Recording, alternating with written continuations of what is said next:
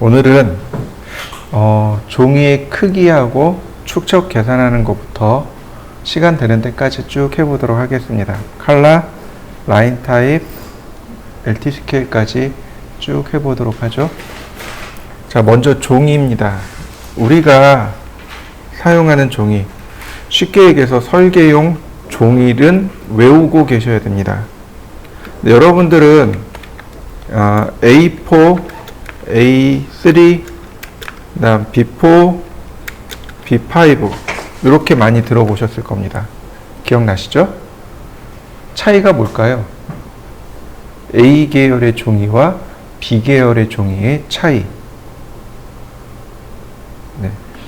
A 계열은 설계용 종이고요. B 계열은 인쇄 출판용 종이입니다. 이해되셨나요? 신문지 같은 거 있잖아요. 네, 그런 거요. 왜 우리 문방구 가서 전지 주세요 그러잖아요. 그게 B제로입니다. 신문지 같은 경우도 B 계열이고, 근데 우리가 사용하는 종이는 A 계열의 종입니다. 그래서 제일 큰 게 A0, A1, A2, A3, A4 여기까지 사용합니다. 자, 이렇게 A0부터 A4까지가 우리가 주로 사용하는 종이고요. 그 다음에 도면은 이렇게 가로로 씁니다. 이렇게 세로로 하지 않습니다. 이해되셨죠? 도면은 기본이 이렇게 가로를 원칙으로 합니다. 그러니까 가로, 세로 이렇게 쓰는 게 옳겠죠? 또 하나, A4는 이렇게 세로로 설계할 수 있습니다. 나머지는 전부 다 가로를 원칙으로 합니다. 이해되셨나요? 네. 또 하나, A0하고 A1의 크기, 그 다음 A1과 A2의 크기, A2와 A3, A3와 A4의 크기는 딱 절반입니다. 무슨 얘기냐면 도면이 이렇게 있잖아요. 지금 제가 들고 있는 건 A4죠. 이거를 이렇게 딱 절반 접으면 얘가 A5입니다. 이해되셨나요? 네, 이렇게 딱 절반입니다. 이해되시죠? 다시 한번 보겠습니다. 얘를 어떻게 해요? 딱 절반으로 접죠. 그러면 어떻게 돼요? 여기가 다시 커지죠. 세로가. 이렇게 써야 되겠죠. 이해되시나요? 자, 꼭 기억을 해두시고요. 자, A0는 1189에 841mm입니다.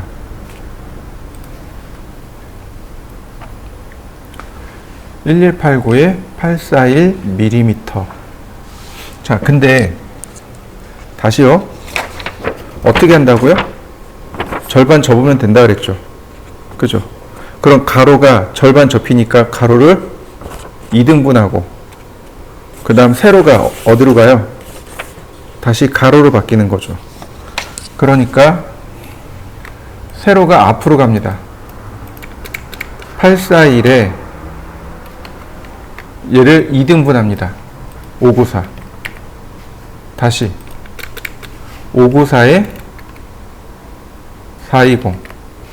다시 420에 297. 297에 210. 이해되셨나요? 외우는 방법은 되게 간단하죠. A0를 기억하시고, 그 다음에 뒤에 있는 세로를 가로로 바꾸시고, 가로는 2분의 1에서 세로로 놓으면 되는 거죠. 맞습니까? 1189에 841 뒤에 있는 걸 앞으로 가져가는 거죠. 841에 2분의 1 하니까 594, 594에 420, 420에 297, 297에 210 이렇게. 이해되셨나요? 요걸 조금 더 쉽게 외우는 방법이 있습니다. 841에 1189 전화번호요. 이해되셨나요? 외우기 훨씬 쉽죠? 이렇게 외우시면 됩니다. 여러분들이 사랑하는 그분의 전화번호입니다 라고 외우시면 됩니다. 이해되시죠? 제가 고등학교 때 그렇게 교육을 받았어요. 제 공고를 나왔는데 고등학교 때 선생님이 이렇게 가르쳐 주셨어요. 근데 저는 우리 선생님 되게 특이하다, 되게 잘 가르치신다 그랬는데, 나중에 대학교 가니까 비슷한 처지의 친구들이 있을 거 아니에요. 다 그렇게 배웠더라고요. 이게 뭐지? 나중에 사회 나갔는데 다 그렇게 가르치고 있더라고요. 아마 어떤 교수님 한 분이 그렇게 해서 가르친 걸 다 배운 것 같아요. 어쨌든 841에 1189 외우기 되게 쉬워요. 운율도 좋고 외우기 쉽습니다. 쓸 때는 1189 841mm 이렇게 쓰시면 되겠습니다. 자, 이해되셨나요? 자, 그럼 이 중에 우리가 써야 되는 종이는 어떤 걸까요? 설계용 용지는 어떤 걸까요? 아니, 물론 설계용지는 다 써요. 다 쓰는데 제일 많이 쓰는 건 어떤 걸까요? 제일 많이 쓰는 건 얘입니다. 제가 예전에 고등학교, 대학교 다닐 때는 얘를 썼습니다. A2 용지를 썼어요. 근데 어느 순간 정신 차리고 보니까 다 A3 쓰고 있더라고요.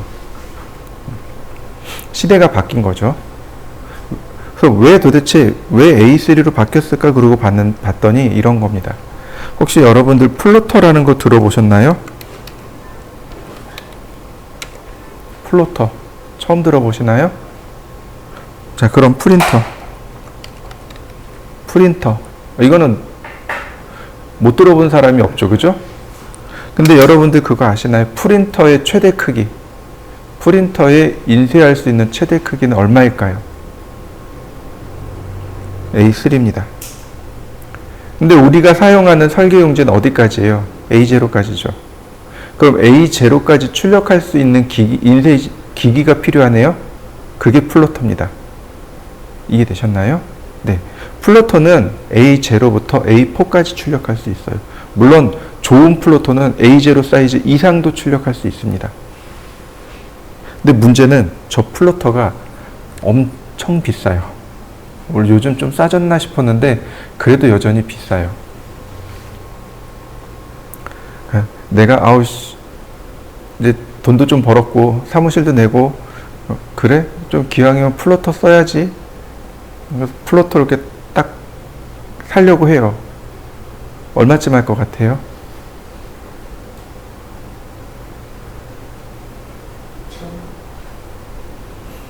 제네시스 하나요. 엄청 비싸요. 너무 비싼데? 좀 싼 거 사야지. 좀 싼 거? 아반떼급? 아반떼 풀옵션? 한 그 정도? 안 되겠네. 한 10년 된 거 중고로 알아볼까? 한 500 이상 가요. 10년 된 중고가 500 이상 가요. 엄청 비싸요. 근데 생각해 보시죠. 저 A3 되는 프린터는 얼마나 할까요? 제가 대학교 다닐 때 용산에서 아르바이트를 했었어요. 그래서 그때 도매상가 도매하시던 분들 있잖아요. 그 루트가 아직도 살아 있습니다. 저희 집에 칼라 프린터가 있어요. A4 되는 칼라 프린터. 얼마 주고 샀냐면 12만 원 주고 샀어요.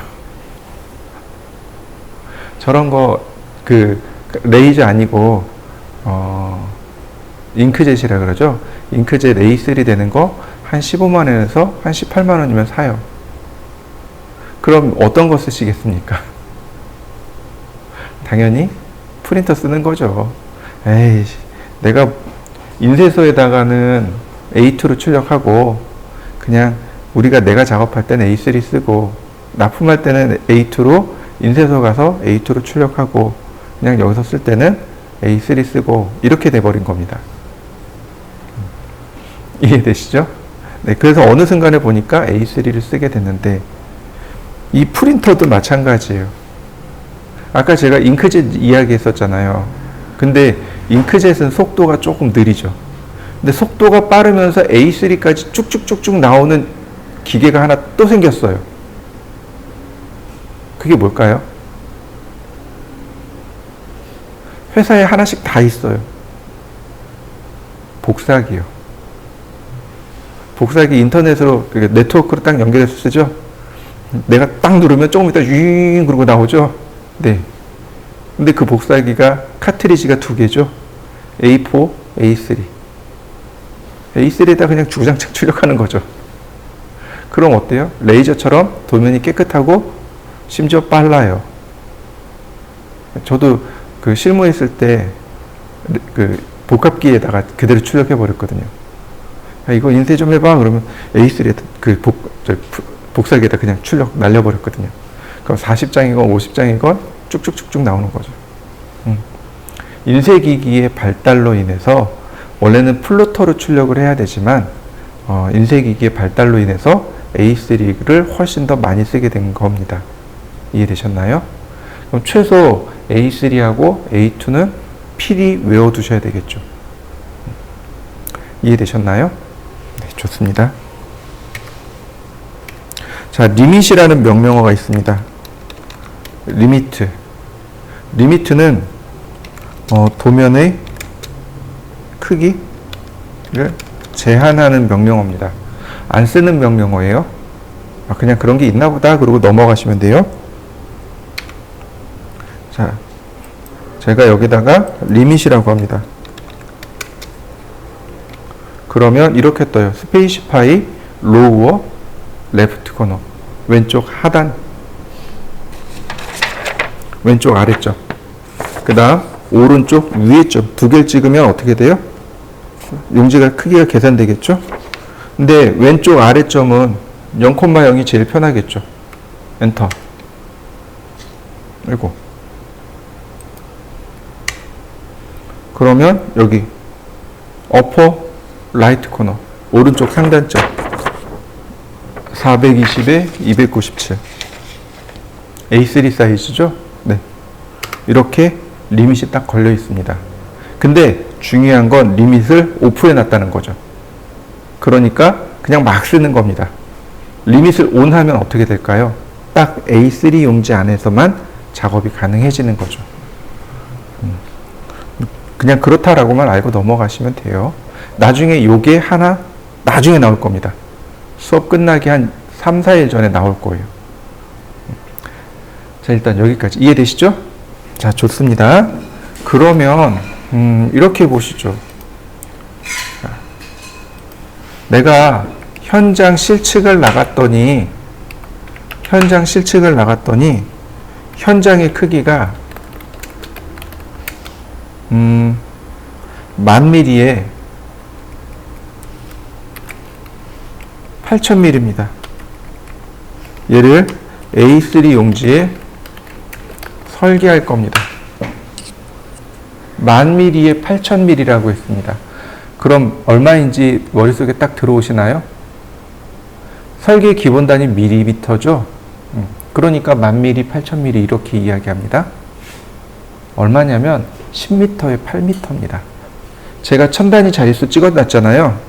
그거 싹 빼버리시면 돼요. 공 3개 딱 지우시면 됩니다. 그러면 바로 미터로 바뀌어버립니다. 이해되셨죠? 네. 다시 말하면 현장에 실측을 나갔더니 10m에 8m입니다. 근데 내가 A3 용지에다 설계를 하려고 해요. A3 용지 420에 297.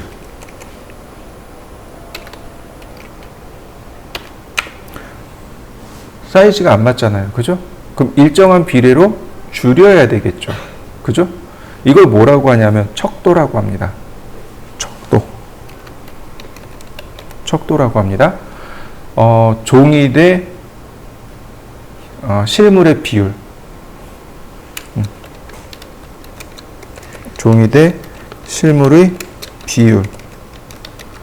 이걸 척도라고 합니다. 이해되셨나요? 일정한 비례로 크게 그리거나 작게 그리는 것. 이걸 척도라고 합니다. 자, 척도에는요, 배척이 있고요, 현척이 있고요, 축척이 있습니다. 세 가지가 있어요. 배척이라는 건 뭐냐면 크게 그린 겁니다. 종이에 실물을 크게 그린 겁니다. 크게 표현. 그래서 이렇게 씁니다. 4대 1 이런 식으로요. 종이가 4mm인데 실물은 1mm예요. 이런 게 있을 수 있을까요? 있어요. 여러분들 그 안경 코받침 같은 거 있죠? 작잖아요. 안경 나사 같은 거 어때요? 굉장히 작죠? 근데 그거 1대1로 그리면 어떻게 돼요? 아예 안 보인단 말이죠. 점으로 보인단 말이죠. 그러니까 크게 확대해서 그려야 되는 거죠. 이런 걸 배척이라고 합니다. 현척은 종이와 실물을 같게 표현한 겁니다. 1대1이에요. 종이에다가 내가 실물을 딱 얹어놨어요. 그럼 똑같게 보이는 거죠. 1대1인 거죠. 축척은 종이에 실물을 작게 표현한 겁니다. 1대 40 이런 식으로요. 1대 40. 실물의 40mm가 종이의 1mm란 뜻입니다. 이해되셨나요? 실물이 훨씬 더 큰 거죠. 지금 같은 경우. 그래서 축척이 얼마일까요? 라고 물어보는 겁니다. 제가 고등학교 다닐 때 선생님이 뭐라 그러셨냐면, 니네 대학 가면 배워. 그러셨어요. 아, 그냥 그런가 보다. 대학 갔더니, 현장 나가면 배울 거야. 아, 그런가 보다. 현장 딱 나갔더니, 니네 학교에서 뭐 배웠어? 자요. 축척 계산하는 방법입니다. 외워두세요. 실물에 곱하기 2를 하시고 나누기 종이입니다. 이해되셨나요? 공식처럼 외워두세요. 실물을 2배 한 다음에 종이로 나누시면 됩니다. 꼭 2배 해야 되나요? 라고 물어보면 아니요. 1.5배 하셔도 되고 1.8배 하셔도 되고 2.2배 하셔도 되고 2.5배 하셔도 됩니다. 3배 하셔도 돼요. 그럼 왜 2배입니까? 이건 경험치입니다. 설계를 오래 하다 보니까 알게 된 양상인 거죠. 알게 된 상황인 거죠. 아, 2배 정도 하면 아주 저스트하게, 아주 딱 맞게 들어가는구나 라고 알게 된 거죠. 제가 아는 게 아니고 제 선배 이해되시나요? 이런 걸 경험치라고 합니다. 그냥 누군가 우연히 이렇게 쓰면 좋겠다 라고 그냥 선배들이 알려주신 거예요. 그냥 선배들이 알려주신 것들입니다. 실물에 곱하기 2에 종이로 하면은 만약 얘가 지금 아까 10m잖아요. 네. 10m면 종이로 나누면 뭐 축척이 나오는 거죠. 만에 420으로 나오는 거예요. 자, 보세요. 자, 10,000mm죠. 곱하기 2배를 합니다. 20,000mm가 되겠죠. 나누기 420. 대략 47배 정도 줄이면 되네요. 47분의 1로 줄이면 된다라는 값이 나옵니다. 자, 그러면 보시죠. 자, 10,000mm죠. 곱하기 2 나누기 420 했더니 47이 나옵니다. 자, 8,000 곱하기 2 나누기 297 볼까요? 8,000 곱하기 2 나누기 297 53 약 53분의 1 하면 되겠네요. 이해되셨나요? 근데 지금 가로 세로가 다르죠. 다를 수밖에 없죠. 그죠? 종이는 딱 정 사이즈라면 실물은 비례가 다른 거니까 이 중에 작은 걸 버립니다. 얘는 버리고 얘를 쓰는 겁니다. 이해되셨나요? 아, 이 도면은 53분의 1이구나 라고 하면 틀린 겁니다. 우리가 쓰는 축척 중에 53분의 1 축척은 없습니다. 그럼 뭐가 있을까요? 센스 있게 50분의 1하고 60분의 1하고 이렇게 두 가지가 있는 거죠. 짜투리는 없어요. 이해되셨나요? 1단위는 없습니다. 1단위는 없어요. 그냥 50이거나 60이거나. 근데 3만큼 크잖아요. 그죠? 그럼 이걸 50으로 그냥 묻어도 된다는 거죠. 왜요? 2배 했잖아요. 여백을 2배나 줬잖아요. 그러니까 3은 묻을 수 있어요. 그런데 5나 6이 되면 어떻게 될까요? 56 정도 되면 못 묻는 거죠. 아, 이럴 땐 그냥 60으로 바꿔야 되는 거죠. 무슨 뜻인지 이해되셨나요? 네. 얘 같은 경우는 50을 주시면 돼요. 그런데 57이 나왔어요. 그럼 얘는 뭘로 주면 돼요? 60으로 바꾸셔야 된다는 거죠. 이해되셨나요? 이런 뜻이에요. 그럼 한번 계산해 볼까요?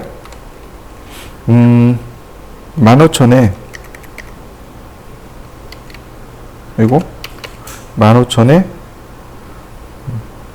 12,000 일대 축척은 얼마일까요? 여러분들이 한번 계산해 보시죠. 하나는 71이 나왔고 하나는 80이 나왔습니다. 그러니까 71은 버리고 1대 80이구나 그러면 틀렸습니다. 100분의 1 쓰셔야 돼요. 이해되셨나요? 자, 제가 설명을 드릴게요. 우리가 쓰는 축척이 있고 쓰지 않는 축척이 있다 그랬죠. 그죠? 자,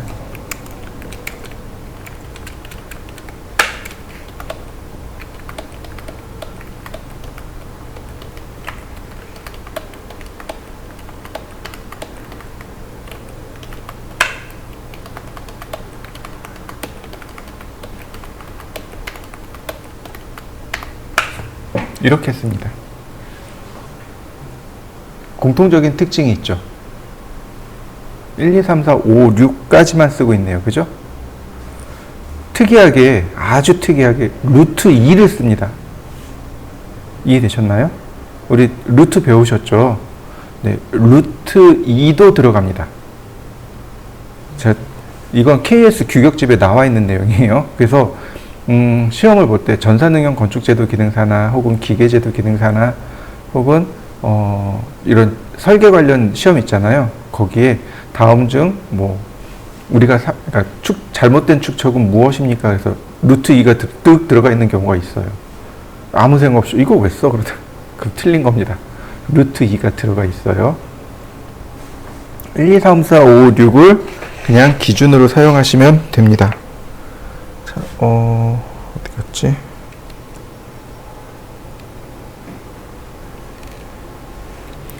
자, 제가 들고 있는 이 자 보이시나요? 이게 스케일자입니다. 얘가 스케일자인데, 빨간색 줄 보이시죠? 빨간색, 파란색, 검정색 줄 보이시죠? 이 빨간색 줄 바로 요 위에 보면 1대 100, 그 다음에 여기 1대 200, 그 다음에 1대 300, 1대 400, 1대 500, 1대 600. 1, 2, 3, 4, 5, 6까지만 쓴다는 얘기예요. 만약에 7, 8을 쓰면 얘가 삼각형이 아니고 사각형이 됐겠죠. 이해되시나요? 그래서 주로 사용하는 건 1, 2, 3, 4, 5, 6을 주로 사용합니다. 그런데 60에서 100까지가 어때요? 텀이 너무 크죠. 그래서 여기를 이렇게 씁니다. 80하고 90을 밀어 넣습니다. 안 쓰는데 지금처럼 80 나왔잖아요. 그냥 쓰는 겁니다. 1대 80. 무슨 얘기인지 이해되셨나요? 1대 80이나 1대 90을 쓸 수 있어요. 1대 40을 2배 하면 1대 80이죠. 암산할 수 있죠. 90 같은 경우는 30을 3배 하면 되죠. 3을 3배 하면 됩니다. 암산할 수 있단 말이죠. 다시 말해서 쉽게 암산할 수 있는 것들 120, 150 그 다음에 250 정도는 우리가 쓸 수 있습니다. 이해되셨나요? 그러니까 판단이 안 서요. 이거 써야 되나? 말아야 되나? 그럼 이제 물어보는 거죠. 내가 축척 계산했는데 1대 80이 나왔습니다. 이거 써야 돼요? 말아야 돼요? 그러면 이제 얘기해 주시는 거죠. 써도 돼요. 그럼 이제 쓰는 거고, 아니요, 쓰면 안 돼요. 그러면 이제, 그럼 90 쓸까요? 100 쓸까요? 이렇게 물어보는 거죠. 그럼 이제 가이드를 정해 주시겠죠. 1대 100 쓰세요. 내지는, 아니요, 1대 90 써도 돼요. 이렇게 얘기하겠죠. 이해되셨나요? 이걸, 요 정도는 그냥 기본적으로 외워두시면 되는데, 그 기준을 누굴 삼아요? 바로 이 스케일자를 기준으로 해서 외우시면 돼요. 1, 2, 3, 4, 5, 6, 이 기본이고, 여기에 안 쓰지만 지금처럼 잘 안 맞으면 80, 90 이렇게 씁니다. 자, 그러면 다시요. 1대 80이죠. 계산한 게. 그죠? 그럼 어떨까요? 1대 80 쓸까요? 아니면 1대 90 쓸까요? 아니면 1대 100 쓸까요? 여러분들은 어떠세요?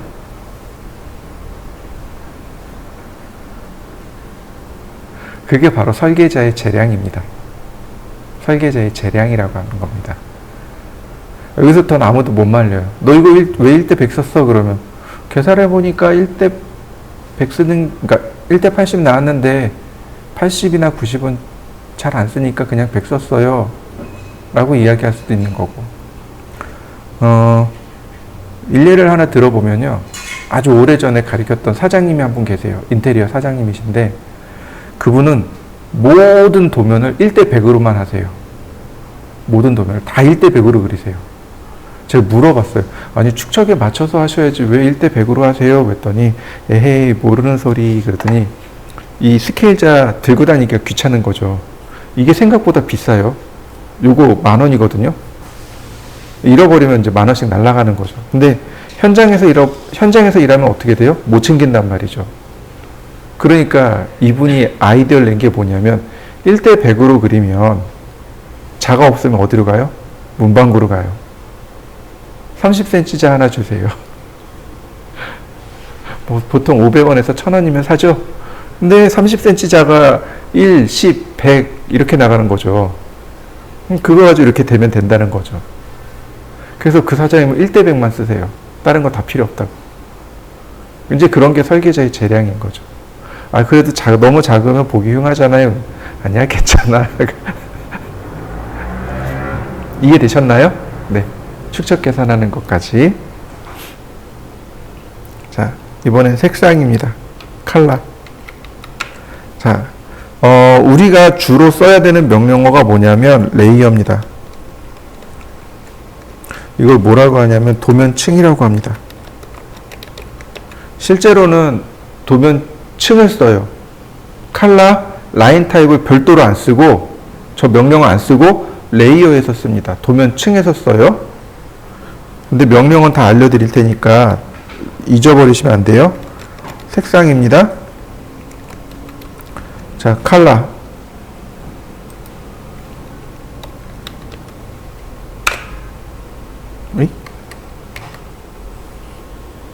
컬러 피커 뜬 거 보이시죠? 컬러 피커라고 합니다. 자, 한번 띄워보시죠. 자, 바로 여기 1번 컬러입니다. 아니, 위로 올라가시죠. 지금 보시는 거 인덱스 컬러, 여기는 트루 컬러, 여기는 컬러북입니다. 컬러북은 안 써요. 주로 어디서 쓰냐면 페인트 가게 있죠. 페인트 가게나 인쇄소에서 쓰는 게 컬러북입니다. 인쇄소 가면은 이렇게 컬러북이 그러니까 폭이 요만해가지고 두께 이만한 그 컬러북이 있습니다. 거기에 무슨 색 몇 퍼센트, 무슨 색 몇 퍼센트, 무슨 색 몇 퍼센트 하면 요 색이 나옵니다. 라고 하는 그런 책이 있습니다. 그런 걸 컬러북이라고 합니다. 우린 컬러북을 안 쓰니까 넘어가고, 이 트루 컬러는 그래픽 쪽에서 씁니다. 우리가 안 써요. 역시 우리가 안 씁니다. 그러니까 포토샵이나 일러스트레이터 같은 그래픽 프로그램들 있죠? 네, 거기서 트루 컬러를 씁니다. 우리가 쓰는 건 인덱스 컬러입니다. 이해되셨나요? 자, 우리 조금 상식으로 넘어가 보겠습니다. 여러분들이 모르는 상식. 자, 자, 이렇게 보시면 좋을 것 같습니다. 사람은 십진수를 씁니다. 맞나요? 그죠? 십진수를 씁니다. 십진수를 써요.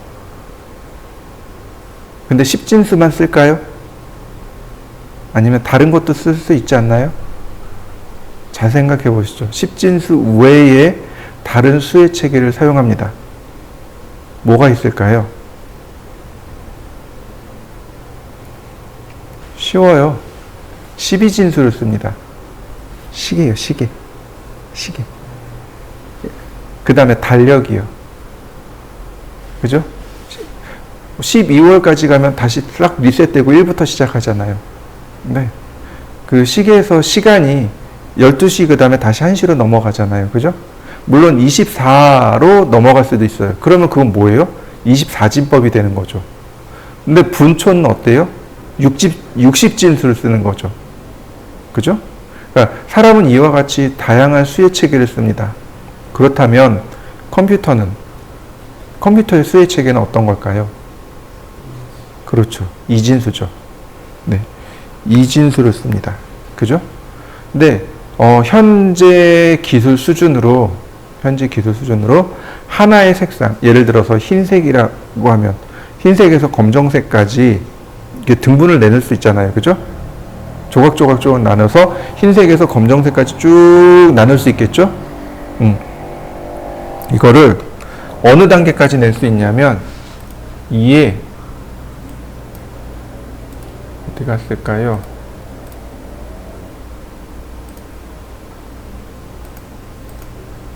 네, 여기 있네요. 8승까지 낼 수 있답니다. 이해되셨나요? 이진수 8승까지 낼 수 있답니다. 그리고 이걸 뭐라고 부르냐면 8비트 칼라라고 합니다. 이해되셨나요? 그럼 이걸 10진수로 바꿔보니까 256개의 색상을 표현할 수 있더라. 256개 얼마 안 되네? 1번 모, 2번 모, 3번 모, 4번 모 이렇게 다 번호를 부여해 버렸습니다. 그래서 이걸 뭐라고 부르느냐? 인덱스 컬러라고 합니다. 우리나라 말로 색인 색상이요. 이해되셨나요? 네. 그래서 인덱스 컬러라는 말이 나온 겁니다. 쉬우니까 256개밖에 안 되잖아요. 그죠? 자요. 다시 보겠습니다. 그 다음에 요거보다 조금 더 발전된 수의 체계가 나옵니다. 그게 뭐냐? 그래서 몇 개까지 표현할 수 있냐? 그랬더니 2에 16승계까지 표현할 수 있습니다. 많이 좋아졌네요. 16비트 칼라라고 하고 얘는 대략 64,000개를 표현할 수 있습니다. 조금 더 가니까 2에 24승 24비트 1600만 개의 색상을 표현할 수 있게 됐습니다. 자, 이해되시죠? 근데 여기서 우리가 알아둬야 될 것들이 있습니다.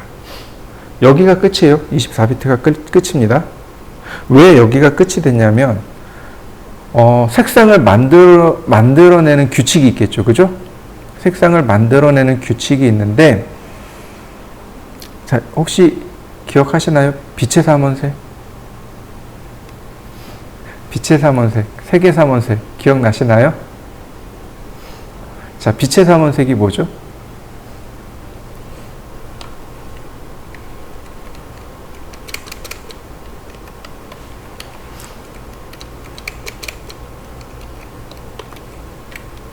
이겁니다. 레드, 그린, 블루. 이해되시나요? 첫머리 글자 따서 RGB 컬러라고 합니다. 이해되셨죠?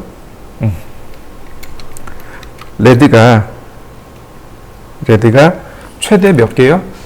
2의 8승계. 그린이 최대 몇 개요? 2의 8승계. 블루가 최대 몇 개요? 2의 8승계. 더 이상 색을 조합해낼 수가 없는 거죠. 그래서 이걸 뭐라고 부르느냐? 트루 컬러라고 합니다. 그래서 그래픽 쪽에서 쓰는 겁니다. 자, 이해되셨나요? 자, 그러면 말 나온 김에 색의 삼원색은 뭘까요? 갑자기 미술 시간으로 확 바뀌었습니다. 색의 삼원색은 뭘까요?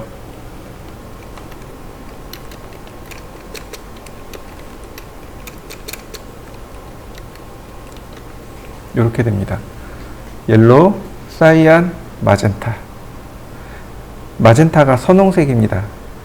그래서 초등학교 때 뭐라고 배웠냐면 빨, 노, 파라고 배웠습니다. 선홍색, 빨강색, 사이안, 파랑색, 옐로우, 노랑색. 이해되시나요? 잘 이해가 안 돼요.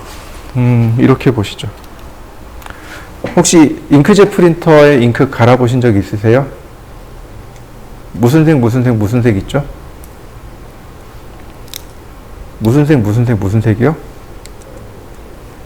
이해되시나요? 레이저 프린터도 이렇게 들어갑니다. 옐로우, 사이안, 마젠타. 옐로우, 사이안, 마젠타. 이해되시나요? 근데 얘는 얘는 100% 블랙이 안 나옵니다. 저 위에 RGB 컬러는 100% 블랙이 나와요. 근데 CMY 가지고는 100% 블랙이 안 나옵니다. 그래서 얘는 뭐가 필요하냐면 블랙이 필요합니다. 이해되시나요? 보세요. 레드, 그린, 블루, RGB 컬러라고 했어요. 그죠? 근데 블랙이 뭐로 시작해요? B로 시작하죠. 누가 가져갔어요? RGB가 가져갔죠. 그래서 얘는 뭐라고 부르냐면 CMYK 컬러. 이해되셨나요? CMYK 컬러 이렇게 이야기합니다. 그래서 실제로 우리가 보는 이 모니터라든지 TV라든지 휴대폰은 다 RGB 컬러입니다. RGB 컬러로 나오는 거고, 그 다음에 저 프린터는 CMYK 컬러로 인쇄가 되는 겁니다. 색상 차이가 조금 나요. 실제로. 자, 이해되셨나요? 네, 좋습니다. 근데 여기에 하나가 더 나왔어요.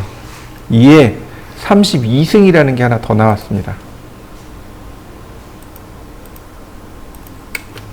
이거 2의 24승에 2의 8승입니다. 요 2의 8승이 뭐냐면 투명도요. 투명도가 하나 더 붙어서 나온 거예요. 이해되셨나요? 투명도가 하나 더 붙어버렸습니다. 자, 이렇게 보시면 돼요. 여러분들 혹시 GIF 파일 보셨나요? GIF 파일이 인덱스 컬러입니다. 그 다음에 우리 많이 쓰는 거 JPG 컬러죠? JPG 컬러가 16비트, 그러니까 JPG 이미지 있죠? JPG가 16비트입니다.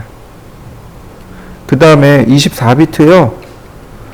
요거 뭐가 있냐면은 BMP 파일 혹시 보셨나요? BMP 파일, 그 다음에 TIFF 파일, TIF 파일. 요게 2의 24승이고요. 그럼 32비트는 누가 있느냐? TGA, 타가라고 있습니다. TGA 파일하고, 그 다음 PNG 파일이 바로 여기 32비트에 들어갑니다. 저 PNG가 투명도가 들어가요. 일반 색상 24비트에 투명도 8비트 붙어서 32비트가 된 겁니다. 요즘 PNG 엄청 쓰기 시작했죠? 이유가 24비트 컬러에 투명도가 들어가서 그렇습니다.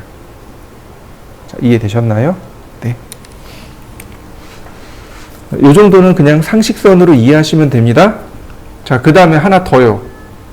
자, 보시죠. 프랑스 사람 휴라는 사람이 있습니다.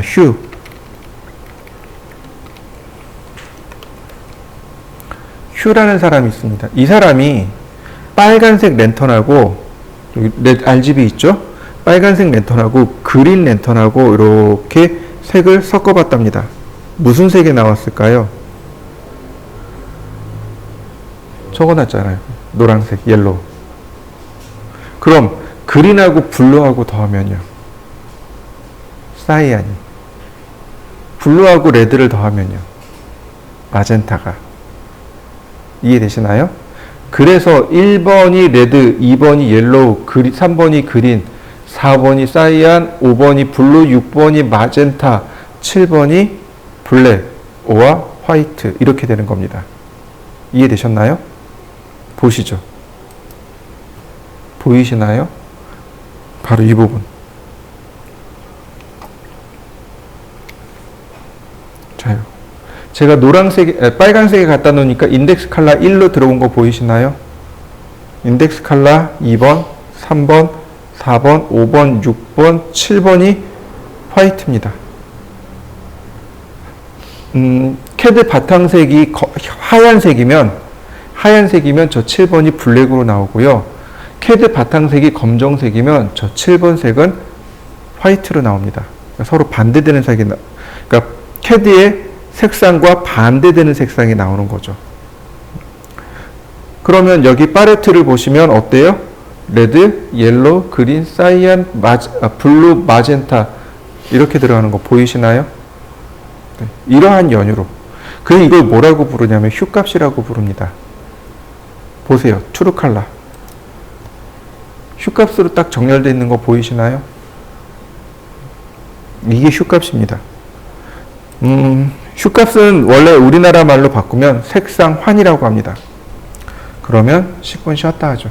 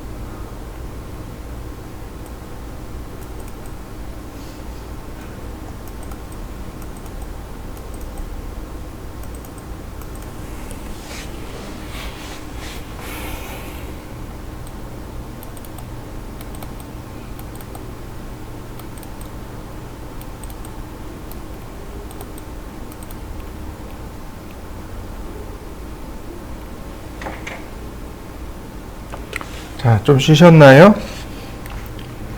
자, 그래서 1번부터 7번까지는 스탠다드 컬러라고 하고, 여기다가 색상의 번호를 쓰셔도 됩니다. 이렇게. 이런 식으로. 색상의 번호를 쓰고, 오케이. 그러면 이와 같이 색상이 들어갑니다. 다시 한번 볼까요? 컬러.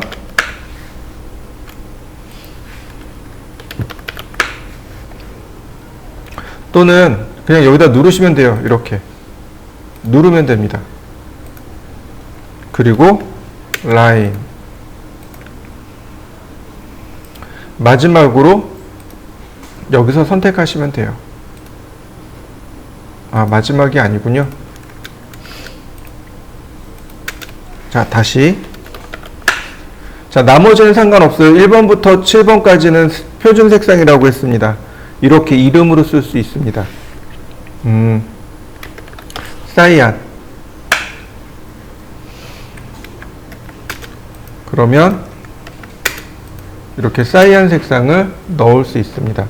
자, 여러 가지 방법들이 있으니까 한번 해보시죠. 뭐 여러모로 이렇게 쓸 수 있고요. 그 다음에 색상을 바꾸는 방법입니다. 색상을 바꾸는 방법은 여기 Change Properties하고 그 다음에 컨트롤 1키 누르시면 돼요. 이 두 개가 똑같습니다. Change라는 명령을 실행하면 이렇게 대화 상자가 뜹니다. 얘는 컨트롤 키 누른 상태에서 숫자 1을 누르시면 이렇게 떠요. 자, 한번 띄워 보실까요? 선택을 합니다. 이렇게 그립 상태로 만들어 놓고, 이렇게 그립 상태로 만들어 놓고 보시면 이 선에 대한 모든 정보가 여기 싹 나와요. 여기 시작점이라든지 끝나는 점이라든지 각도까지 이렇게 나옵니다. 이때 맨 위에 바로 여기 색상 정보가 나옵니다. 색상을 이렇게 바꾸시면 돼요. 색상 바뀌는 거 보이시나요? 이렇게 바꿔봤습니다. 자, 여러분들도 한번 해보시죠. 선택하고 색상 정보를 바꾸시면 됩니다. 자, 한번 바꿔보시죠. 자, 두 번째 방법입니다. 선택한 다음에 바로 여기서 바꾸시면 돼요. 이렇게요. 속성창 띄우는 것보다 여기서 바꾸는 게 훨씬 더 수월하겠죠? 자, 한번 해보실까요? 마지막으로 하나 더요. 매치 프로퍼틱스라는 기능이 하나 더 있습니다. 속성 일치라는 뜻입니다. 단축키로 MA까지만 쓰시면 돼요. 그리고 이렇게요. 매치 프로퍼틱스는 명령어가 여기 있습니다. 여기요. 자, 매치 프로퍼틱스 속성 일치. 내가 선택한 객체와 일치되게끔. 속성이 일치된 거 보이시나요? 자, 다시 한번 볼까요? 제가 이번에 노란색으로 놨습니다. 매치 프로퍼틱스.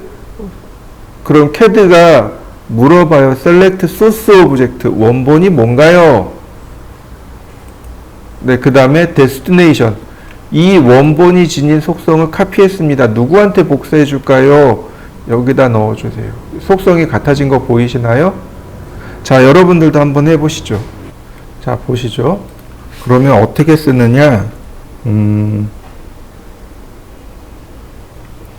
자, 빨간색은 보통 중심선으로 사용합니다. 근데 노란색 외형선으로 쓰고요. 그 다음 그린은 은선으로 사용합니다. 요게 기계 쪽에서 이렇게 씁니다. 기계 파트에서는 주로 이렇게 써요. 건축 파트에서는 똑같아요. 레드는 중심선이고요. 근데 여기가 달라져요. 이게 단면선입니다. 자, 그 다음 그린은 주로 문자, 사이안, 가구 똑같아요. 근데 여기 블루가 달라집니다. 얘가 마감선, 해칭선에 들어가요. 그리고 마젠타가 단열재로 들어갑니다. 그 다음 화이트는 인면선으로 들어갑니다. 이렇게 사용하는 방법이 조금 다릅니다. 자, 한번 정리해 보시죠. 보통 건축 쪽에서는, 인테리어에서는 색상의 명도를 주로 활용합니다. 물론 사람마다 조금씩 다르기는 해요. 자, 명도가 뭘까요? 밝고 어둡기죠. 색상의 밝고 어둡기. 예를 들어서 명도가 가장 높은 색은 어떤 색일까요? 흰색, 노란색, 그죠? 명도가 낮은 색은 어떤 색일까요? 빨강색이나 파란색이 명도가 낮은 색이 되겠죠. 그죠? 그럼 어떻게 활용하느냐? 이렇게 봅니다. 명도가 높은 색은 굵어 보입니다. 그리고 명도가 낮은 색은 가늘어 보입니다. 이해되시나요? 자, 화면 보세요. 노란색하고 파란색하고 어떤가요? 선의 굵기가 조금 다르게 보이나요? 제가 얘기하니까 또 그렇게 보이기도 해요. 그죠? 자, 명도의 두 번째 특징이 있습니다. 그게 뭐냐면 굵기뿐만 아니고 명도가 높은 건 튀어나와 보이고요. 명도가 낮은 건 속으로 들어가 보입니다. 어떤가요? 노란색이 조금 더 앞으로 튀어나와 보이고 파란색이 안으로 들어가 보이나요? 이게 미술에서 쓰는 기법 중에 하나입니다. 고흐가 이걸 되게 잘 썼어요. 그 카페테리아인가? 거기 보면 이렇게 카페 옆에 이렇게 쭉 불빛이 나오는데 그 길 안쪽하고 그래서 그 명도 대비가 너무 잘 돼 있어가지고 굉장히 유명한 작품이 하나 있거든요. 그게 명도 대비를 활용한 작품입니다. 그러니까 인테리어 쪽에서는 이렇게 명도 대비를 이용해서 선의 굵기랑 선의 위치를 표시하는 경우들이 많습니다. 지금 제가 알려드린 게 바로 이 기법을 활용해서 알려드린 겁니다. 자, 그 다음 선 모양도 한번 알아보도록 하죠. 선의 모양은 LT 스케일이라고 합니다. 아니, LT 라인 타입이라고 합니다. 어딨냐면 여기 있어요. 라인 타입 여기 있습니다. 자, 요거 다시 원래대로 바꿔 놓을 겁니다. 레이어로 바꿔 놓을 건데 하나만 더 설명하고 넘어가겠습니다. 자, 바로 여기요. 256개라 그랬죠. 그죠? 자, 보시죠. 칼라. 자, 여기가 1번이네요. 2번, 3번, 4번, 5번, 6번, 7, 8, 9, 그 다음 여기가 10번, 20번, 30번. 그럼 여기는 31번입니다. 위에 게 짝수, 아래 게 홀수입니다. 위아래, 위아래 이렇게 갑니다. 그러면, 자, 240, 49, 그 다음에 50, 51, 52, 53, 54, 55 끝이네요. 그죠? 색상은 256개라고 했는데 번호는 몇 번으로 끝나나요? 255번으로 끝나죠? 자, 다시 한번 생각해 보시죠. 십진수입니다. 1, 2, 3, 4, 5, 6, 7, 8, 9, 10이 맞나요? 0, 1, 2, 3, 4, 5, 6, 7, 8, 9가 맞나요? 어느 게 맞죠? 1부터 10까지가 십진수인가요? 0부터 9까지가 십진수인가요? 네, 0부터 9까지가 십진수입니다. 256개라고 했어요. 1부터 256번, 0번부터 255번까지. 이해되셨나요? 0번이 존재한다는 사실이에요. 누가 0번이냐면 여기 바이 블럭이라고 하는 거 있죠? 요게 0번입니다. 이해되셨나요? 근데 우리가 사용하는 건 이 바이 블럭이 아니고 그 왼쪽에 있는 바이 레이어라고 하는 거 있습니다. 우리가 쓰는 건 바로 얘입니다. 레이어에서 지정한이란 뜻입니다. 레이어에서 지정한. 아까 제가 그랬죠. 처음에 칼라 라인 타입 안 써요? 레이어 씁니다 라고 얘기했었죠. 레이어에서 지정한 색을 따라가겠습니다 이런 뜻입니다. 반드시 이거 레이어로 놓으셔야 돼요. 바이 레이어로 놓으셔야 됩니다. 이해되셨나요? 자, 바이 레이어로 바꿔보시죠. 그래서 여기 보시면 다 기본값이 뭐로 돼 있어요? 바이 레이어로 돼 있는 겁니다. 자, 이번엔 라인 타입입니다. 자, 라인 타입 눌러보시면 자, 이렇게 나오고 여기도 마찬가지예요. 커런트 레이어. 지금 설정값이 바이 레이어입니다. 바이 레이어. 레이어에 지정한 거, 바이 블럭, 블럭에서 지정한 거, 컨티뉴어스. 우리나라 말로 바꾸면 실선입니다. 자, 하기 전에 우리가 또 선의 모양에 대해서 알아봐야 됩니다. 자, 선의 모양은 가는 실선이 있고, 굵은 실선이 있고, 파선이 있고, 1점 세선이 있고, 2점 세선이 있습니다. 가는 실선은 0.1mm의 아주 가는 선, 굵은 실선은 0.5mm의 굵은 선이고요. 파선은 0.3mm의 중간 굵기 선입니다. 1점 세선은 0.1mm의 가는 선입니다. 우리가 2점 세선을 넘어가도 될 것 같아요. 자, 가는 실선, 아니, 굵은 실선이요. 물체의 외형이나 단면을 표시하는 선. 그 다음, 파선은 물체의 숨은 부분. 얘는 물체의 중심, 중심선. 그럼 그 나머지는 다 가는 선입니다. 이해되셨나요? 선의 모양이 뭐냐면, 실선은 선이 쭉 그냥 하나로 쭉 이어진 선. 이걸 실선이라고 하고, 파선은 앞에 파자가 깨트릴 파자입니다. 선을 깨트렸다는 얘기예요. 쉽게 얘기해서 점선을 의미합니다. 장파선이 있고 단파선이 있어요. 그러니까 파선을 길게 그리는 게 있고 짧게 그리는 게 있습니다. 여기서 말하는 파선은 단파선을 말합니다. 1점 세선은 이걸 거꾸로 읽으시면 돼요. 선을 깨트려서 점을 한 개 넣은 거. 2점 세선은 선을 깨트려서 점을 2개 넣은 거. 이해되셨나요? 자, 모양을 불러와 보도록 하죠. 자, 여기 로드 버튼이 있습니다. 로드 버튼 보시면 여기 쭉 나와 있는데, 자, 자, 여기 배팅이라고 하는 게 있습니다. 배팅이 얘가 단열재를 표시한 선입니다. 오케이. 그럼 이렇게 들어옵니다. 다시 볼까요? 로드, 센터, 중심선.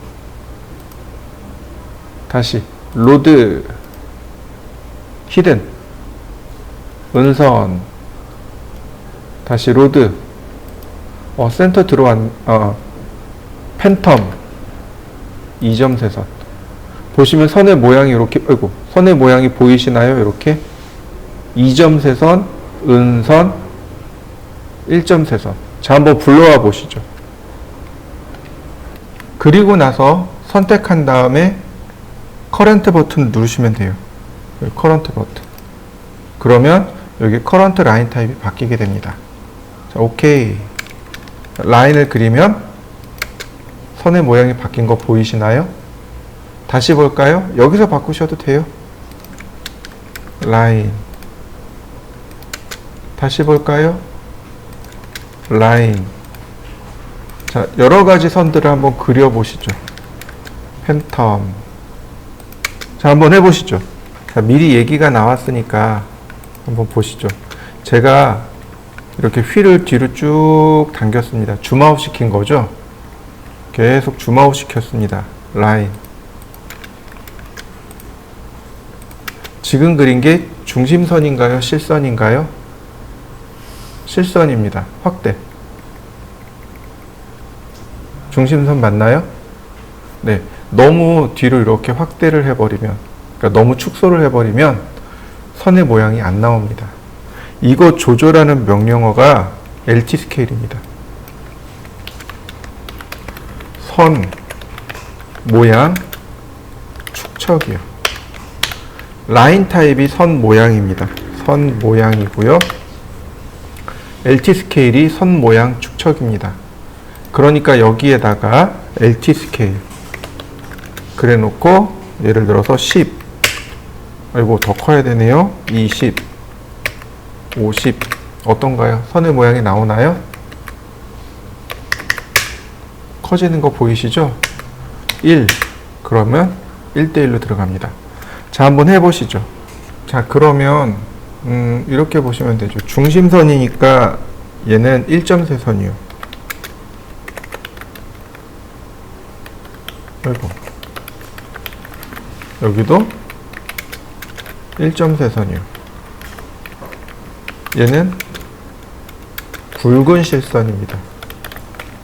얘는 파선입니다. 단면선, 네, 얘는 굵은 실선이고요. 여기 은선으로 써놓은 거 있죠? 얘는 파선입니다. 네, 단열재, 얘는 베팅.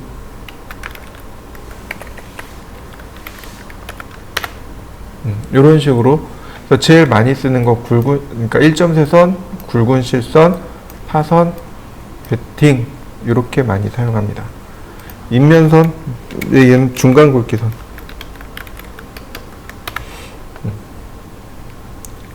그래서 칼라랑 같이 쓰는 거죠. 예를 들어서 중심선을 쓰고 싶어요. 그럼 빨간색에 센터를 선택하고 라인 이렇게 그려줘야 중심선이 됩니다. 나는 실선을 그리고 싶은데 그러면 이렇게 그러면 실선이 나는 베팅을 그리고 싶은데 그러니까 단열재를 그리고 싶은데 그러면 이렇게 그리시면 됩니다. 색상하고 선의 모양이 합쳐져서 그려져야 되는 거죠. 자, 한번 해보실까요? 자, 그러면 실질적으로 도면을 하나 그려볼까요?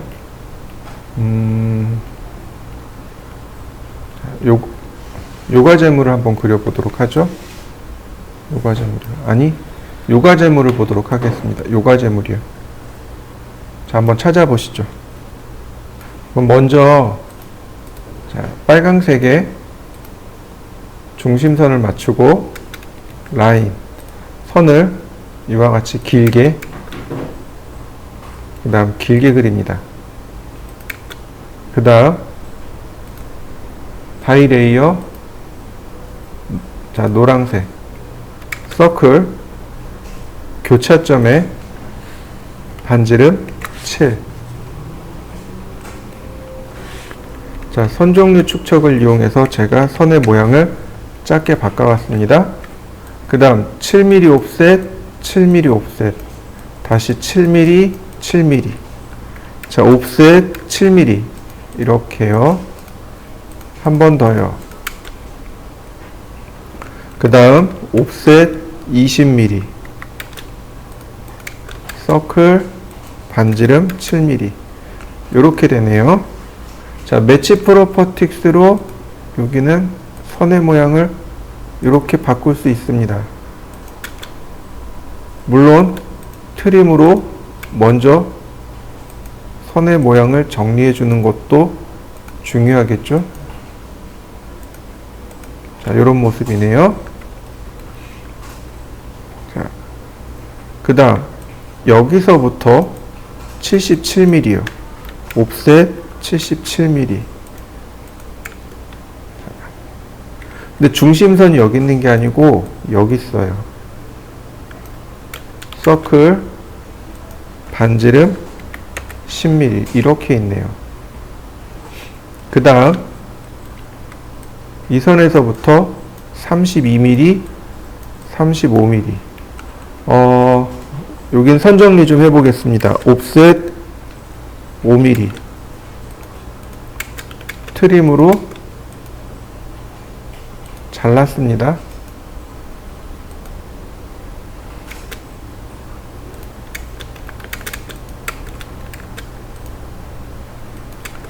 자, 레시프로퍼틱스로 선의 모양을 바꿨고요.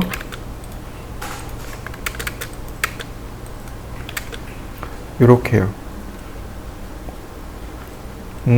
여기도 옵셋 5mm. 자, 선 연장하고요. 트림으로 선을 잘랐습니다. 자, 그 다음 이 선에서 옵셋 32mm, 옵셋 35mm, 다시 옵셋 61mm. 여기에 중심선이 있네요. 서클 반지름 10mm, 옵셋 5mm. 선 연장하고요. 트림. 이렇게 됐네요. 그 다음 여기에 다시 중심선이 있습니다. 옵셋 15mm, 서클 반지름 12mm, 옵셋 5mm, 트림.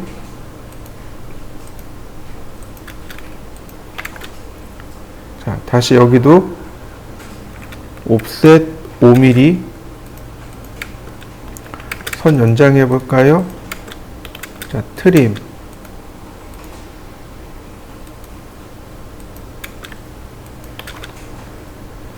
이렇게 중심선을 찾고 원을 그리고, 중심선을 찾고 원을 그리고, 다시 서클 반지름 20mm. 이렇게 되네요. 여기는 어떻게 그리느냐? 서클 TTR입니다. 접하고 반지름 61mm. 자, 트림으로 잘라주시면 돼요.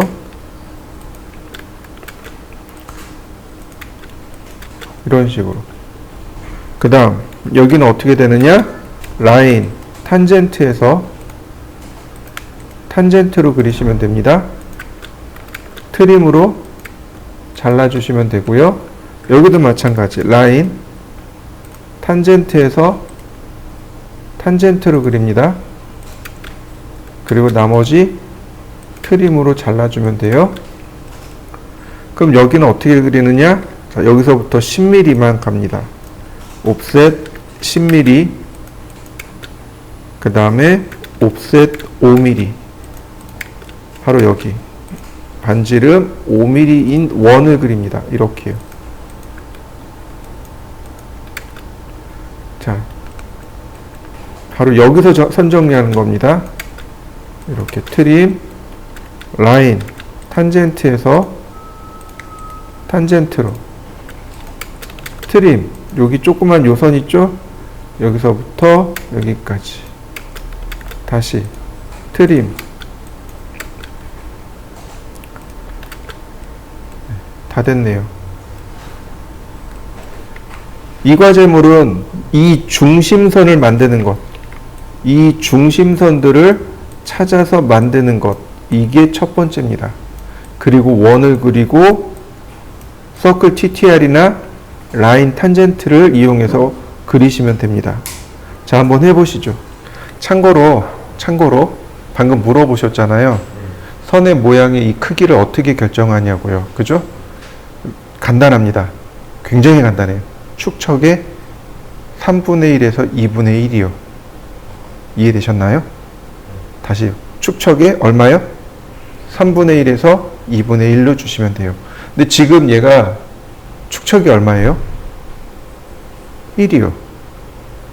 그죠? 그러니까 얼마를 주면 돼요? LT 스케일을? 3분의 1에서 2분의 1이 그랬잖아요. 그죠? 0.3에서 0.5 사이. 한번 0.3 줘보세요. 그러면 딱 보기 좋을 정도로 바뀔 겁니다. 자, 요 과제물입니다. 바로 아래 과제물이죠? 역시 마찬가지입니다. 중심선을 먼저 그리세요. 라인, 길게. 다시 한번 라인. 선택하고 빨간색의 센터. 자, 그 다음에 64, 72. 옵셋 64. 다시 한번 72. 그 다음 이 위쪽에 이렇게 원이 돌아가죠. 서클 반지름 80. 네. 그리고 여기서부터 여기까지죠. 각도가 51도, 그 다음 49도. 여기가 49도니까 얘는 100도. 자, 라인. 선의 길이는 모릅니다. 150. 다만 51도 방향입니다. 다시 선의 길이는 모릅니다. 150. 다만 100도 방향입니다. 이렇게요. 자, 매치 프로퍼틱스로 이렇게 바꿔주시면 되겠습니다. 먼저 여기부터 해볼까요? 서클 반지름 7.2. 다시 한번 반지름 16. 자, 옵셋 3mm. 선 정리하려면 3mm 선이 필요하죠. 그러니까 자, 선 정리. 자, 됐고요. 그 다음 서클 반지름 32. 다시 한번 서클 46.4. 옵셋 3mm. 자, 트림으로 필요 없는 선들 제거하고요. 다시 옵셋 10.4. 옵셋 20. 다시 옵셋 3mm. 트림.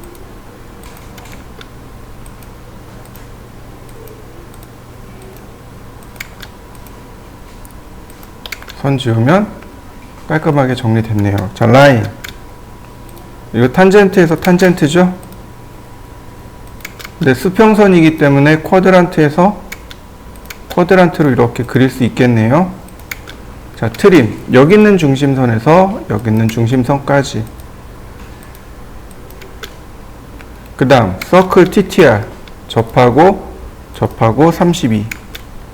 트림으로 끊고요. 다시 서클 TTR. 접하고 반지름 32. 자, 트림.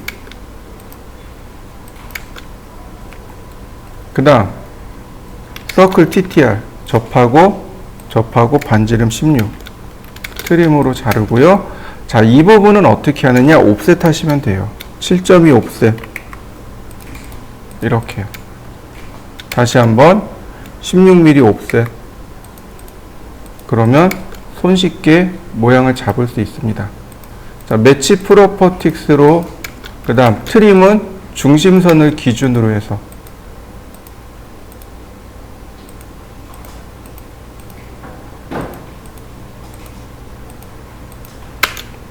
나머지 라인 탄젠트에서 탄젠트로 다시 한번 탄젠트에서 탄젠트로. 그러면 금방 이렇게 그려집니다. 한번 해보시죠.